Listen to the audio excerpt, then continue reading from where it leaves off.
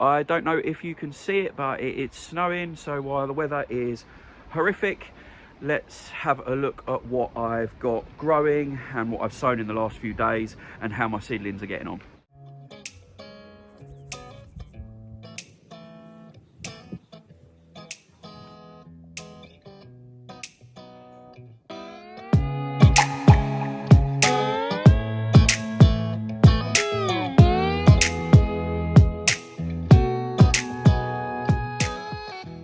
Hello and welcome back to the Essex Allotment Farm. My name is Alex, and if you're new around here, I am a vegetable grower here in the UK. If you're not familiar with my channel, think about subscribing and follow my journey. What I'm embarking on is my first ever full-scale CSA veg box service for people in and around Essex.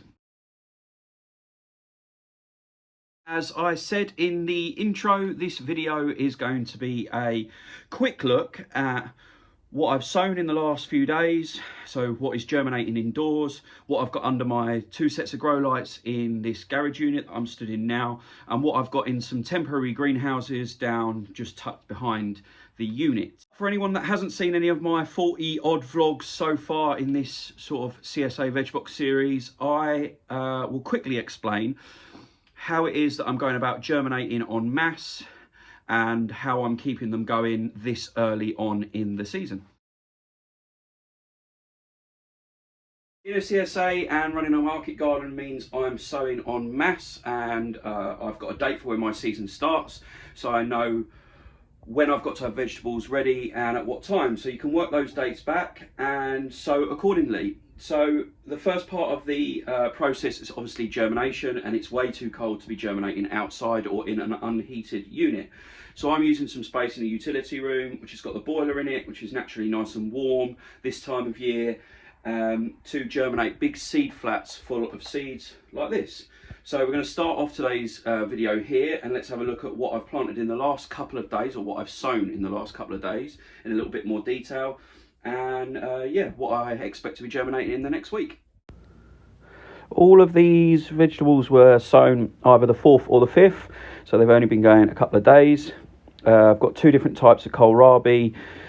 One of them is a green variety, one of them's a purple variety, and then I've got 2 more varieties of kale, which is a sort of Russian variety and a curly leafed variety. And when we go into the garage unit, you'll see that I've already got some Tuscan kale germinated. So yeah, these seed flats, or these seeds, should I say, don't necessarily need light to germinate, so they're stacked on top of each other.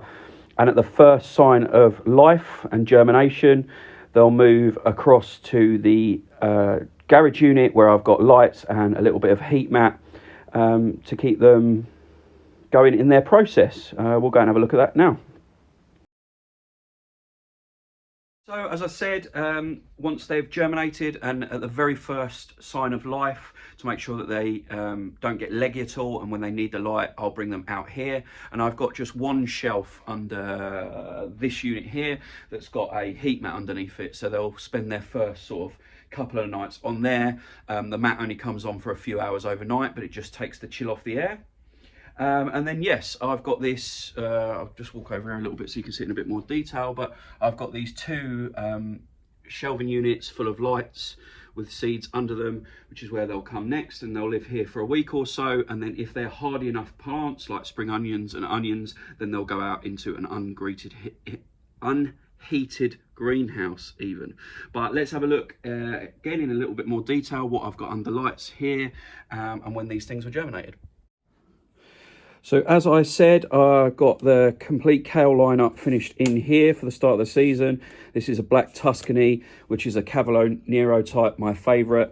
You can see I've got seed cells with 1 or 2 germinated in each cell. These flats in particular are 104, so I've got 208 cells there of black Tuscan kale, or black Tuscany kale. They were sown on the 31st of January.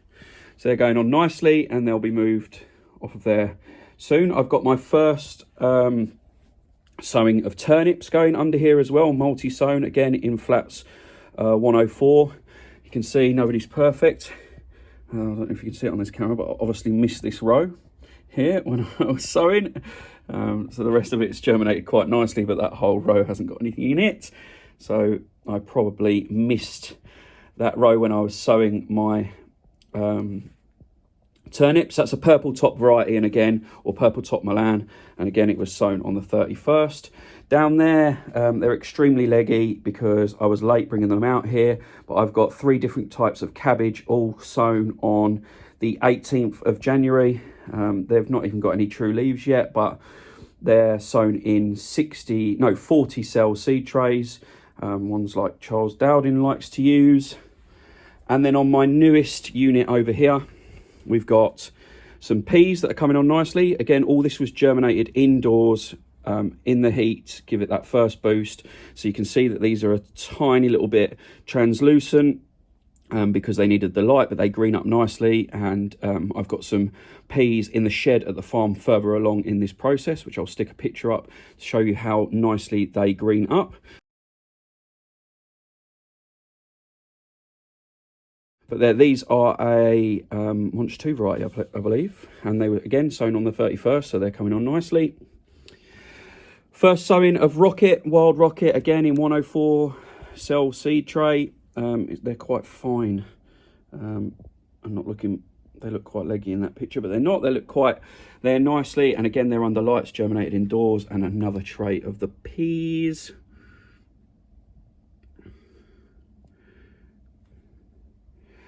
And then down here under these lights, we've got another tray of the purple top Milan turnips. So that's, what's that, 312 multi-sown cells of turnips. We've got blue de Solis leeks sown on the 18th of the 1st. Again, coming on nicely. If anything, they could do with a little bit of a water. It's just starting to get a little bit dry on top. And then finally, in under lights in the garage unit, I've got another tray of those peas. They're coming on nicely. So yeah, that's what we've got in the garage unit under lights in sort of stage 2 of the seedling process at this time of year. We are back out in the snow and at the final stage of sort of like the seedling germination for this time of year, or how I'm growing on these seedlings this time of year. And as I've said a couple of times, so we started off indoors, they germinate in there, then they go under lights for a couple of weeks and sort of harden off, because the lights and the one shelf that's got a tiny bit of heat from underneath only comes on overnight. The lights for 10 hours, the heat for a few hours. And then once I feel like they're strong enough and hardy enough, and if they're a variety that can withstand, you know, temperatures of around 0, then they come out here into these temporary mini greenhouses. So again, if you're new to my journey, I'm in the process of moving to a new farm. You'll have seen clips of it in the previous vlogs, but I haven't got the polytunnel and greenhouse infrastructure up there, so I'm having to use some temporary sort of fixes here in and around my garage unit. So let's have a look what I've been brave enough to move out into this system out here. Typical, it's snowing even heavier than at the beginning of the video, so we'll have a quick look and yeah, what I've got growing here. So temporarily, these are just those cheap greenhouses that you can pick up from wherever, most supermarkets and what have you, or on Amazon. And on the top shelf here, I've got some ramrod spring onions. They're hardy as you like. They're not going to grow particularly quick out here in this temperature, but they've started. They will tick along. They will tick along nicely. And obviously, I keep the cover on unless I'm filming. And then underneath, I've got 2 trays. Again, 104 cells of a mustard lettuce. I can't remember the, let me just have a look.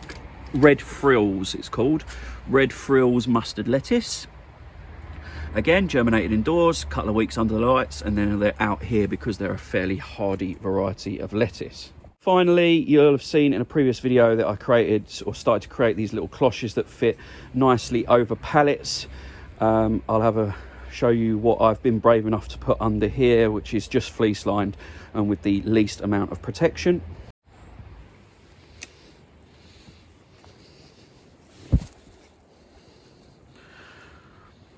So we've just got another tray. This is actually 252 cell tray of red spring onions. It's North Holland Blood Red, and some standard onions, all multi-sown, and they are Sensu yellow onions. Again, absolutely fine outside with a little bit of protection. It will slow the growing down, but they'll be nice, and they'll survive out here.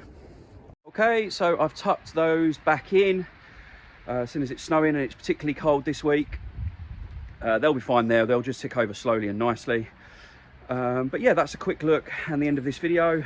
I hope you enjoyed a quick look of what I've got growing on at the moment. I'm sowing about once a week, so I'll do this maybe once a month just to keep you updated on what I've got growing. Thanks for watching, and I'll see you in the next one.